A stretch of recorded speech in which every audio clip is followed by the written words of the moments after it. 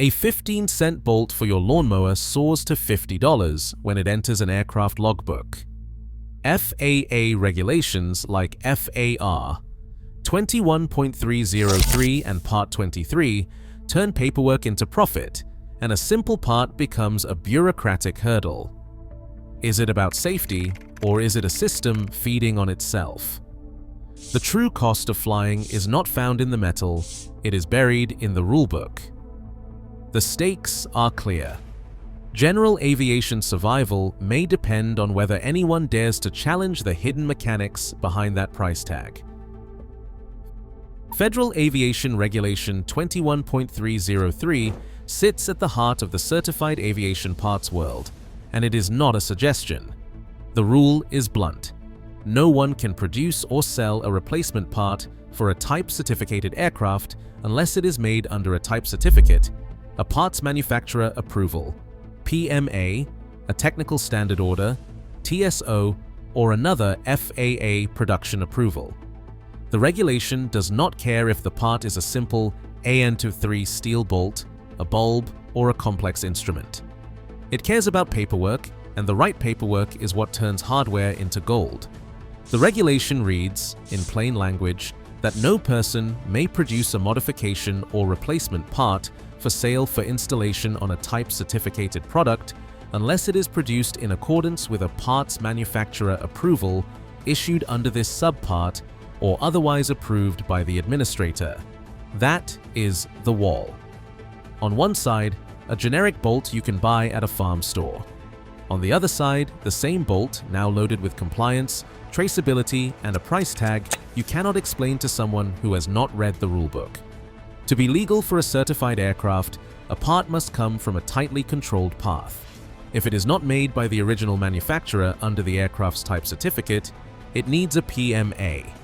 That means the manufacturer has to prove to the FAA that their part matches or exceeds the performance and quality of the original, maintain a quality system, and document every step from raw material to finished product.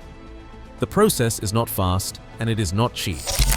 Even the smallest part can take months of paperwork, engineering analysis, and FAA audits before it ever leaves the factory. There is a narrow escape for standard parts like AN-3 bolts, washers, and nuts if they are made to a recognized industry or government specification by a qualified manufacturer. But even then, the mechanic signing off on your annual has to be able to trace that bolt back to the spec. Buy a no-name bolt from a farm store and you are gambling with your license.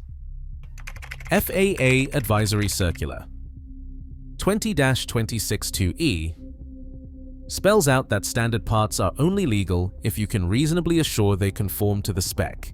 No paperwork, no go. For anything else, landing lights, alternators, seat bushings, you are in PMA or TSO territory.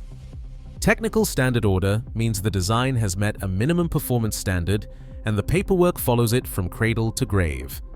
TSO does not necessarily mean the part is better or longer lasting. It means the design has a tested paper trail. Part 23 of the regulations sets the baseline for what makes an airplane airworthy. Every replacement part must meet those standards. The mechanic who installs it is certifying that the aircraft still conforms to its type design. If there is a question about a bolt, a bulb, or a bushing, the paperwork has to answer it. If the paperwork cannot, the airplane is grounded and the mechanic's signature is on the line. Every step, every signature, every tag, especially that yellow 81303 authorized release certificate, carries a cost, not in steel or glass, but in compliance. That is why the price on the invoice is not about the metal. It is about the legal right to install it at all. A certified landing light for a Cessna sits in the catalog at $75. Next to it, a bulb with the same part number, same manufacturer, and same specs, marketed for tractors and trucks, lists for $17. Both come out of the same factory, same glass, same filament. The only difference is a four-letter blessing, TSO. That is the Technical Standard Order. It is not a magic spell. It is a label that says this bulb's paperwork has been inspected, traced, and stamped by FAA. That stamp does not make it brighter or safer. It makes it legal. The story repeats itself with every part. A replacement alternator for a certified Lycoming engine costs $900 minimum. The same alternator pulled from the auto supply shelf often costs under $100. The certified version comes with a stack of documents and a yellow tag, 8130-3, the authorized release certificate. That tag is the golden ticket. It is the only piece of paper that lets a mechanic sign your logbook and sleep at night. Without it, you are grounded. With it, you are paying for every signature, every audit, every insurance policy that stands behind that part. The tag alone can add $50, even $100 to the bill, no matter how cheap the hardware inside the box. A simple AN3 bolt, the kind you can buy in bulk for 30 cents, turns into a $2 line item when it comes through the aviation supply chain. If you need it with a fresh 8130-3 tag, the paperwork can cost more than the bolt itself. Some shops will not even bother selling you one bolt with a tag. The minimum paperwork fee makes it absurd. Mechanics joke that the only thing heavier than an airplane is the stack of certificates that keeps it in the air. Every receipt tells the same joke. The price is not about the metal, it is about proving to FAA, to the lawyers, and to the insurance companies that this part is exactly what it claims to be. The yellow tag is not cardboard. It is a signed promise that the part has survived the gauntlet of compliance, traceability, and liability. That promise is what you are buying. Not just a bulb, not just a bolt, but the right to keep your airplane legal.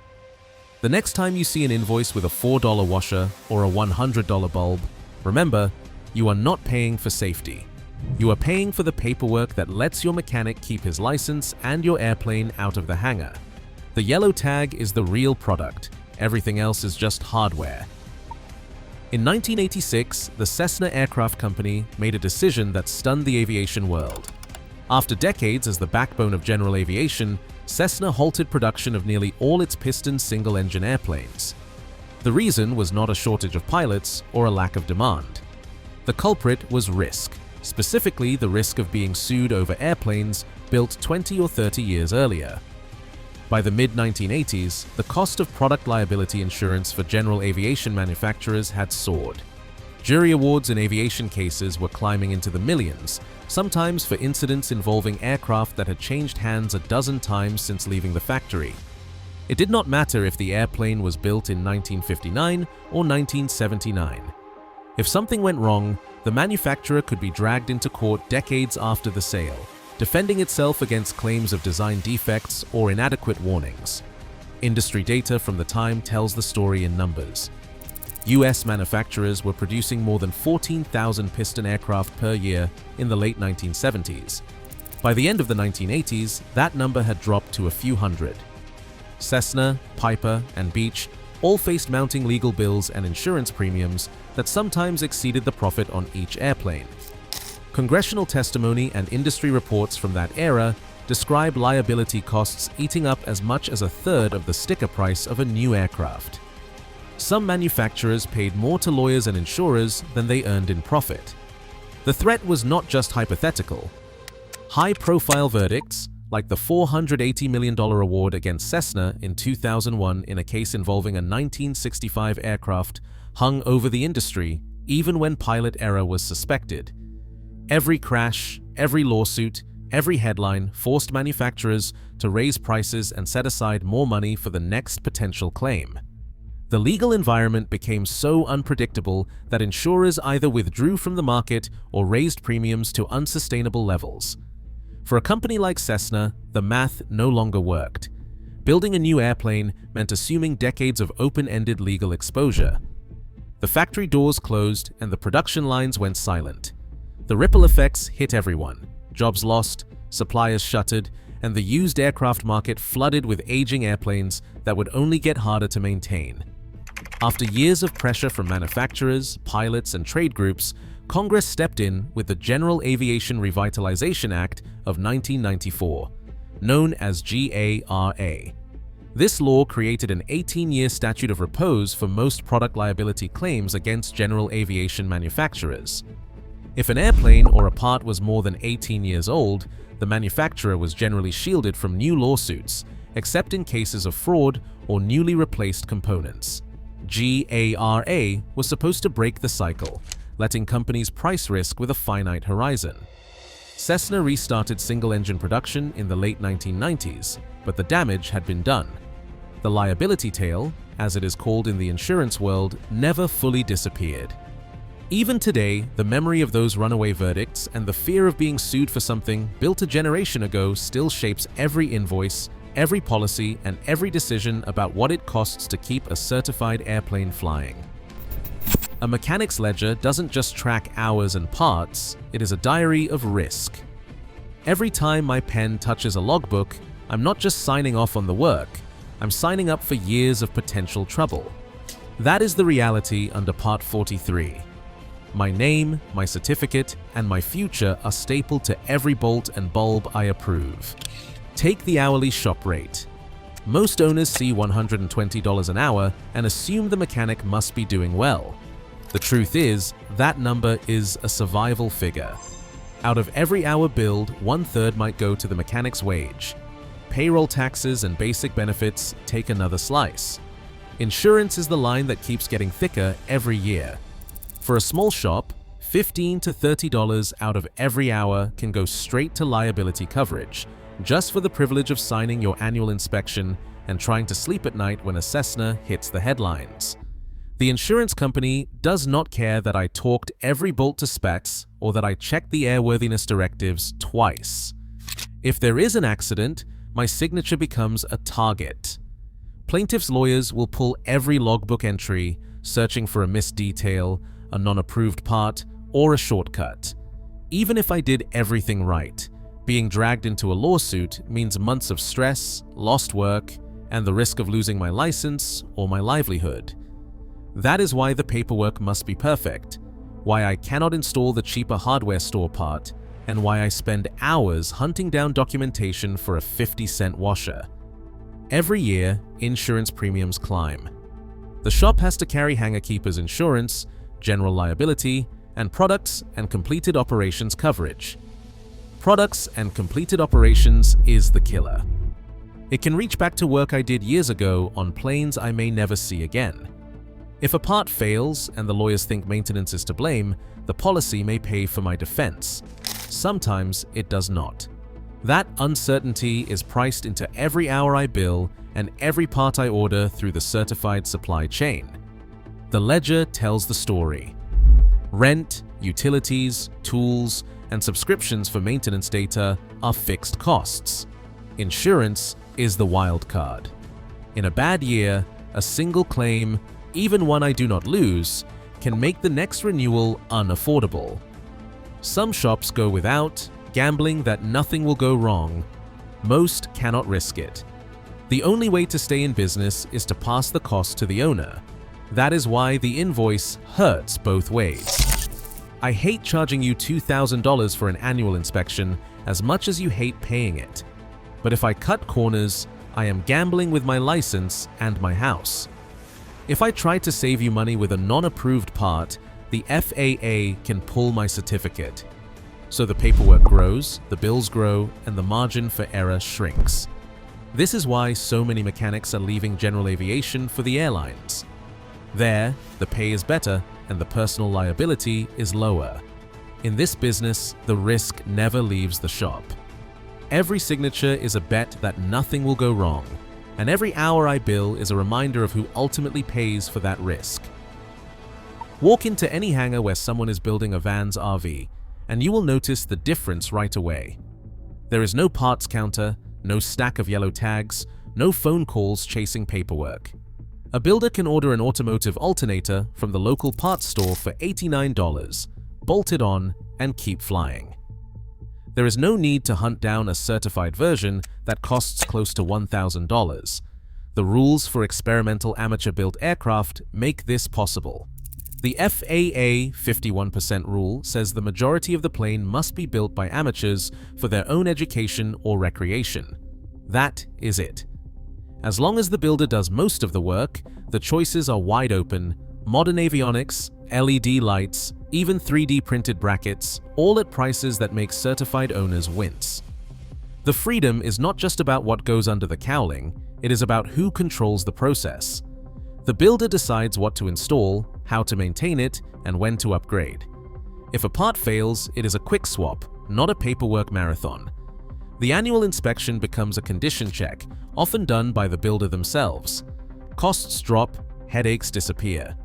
That is why the Van's RV series has become the most popular kit aircraft line in history, with thousands flying and hundreds more under construction. The experimental world is where innovation happens, where pilots can afford to fly modern, reliable airplanes without mortgaging their future for every minor repair. The only real barrier is sweat equity and a willingness to learn. For many, that is a small price to pay for real autonomy. The only place General Aviation is truly growing is where the rulebook is lighter and the owner holds the wrench. Experimental amateur-built aircraft, once seen as fringe, now outpace the certified fleet in new registrations every year. Van's RV series alone has put over 11,000 airplanes into the air, built by regular people in garages and hangars. These builders are not waiting for permission to use modern tech.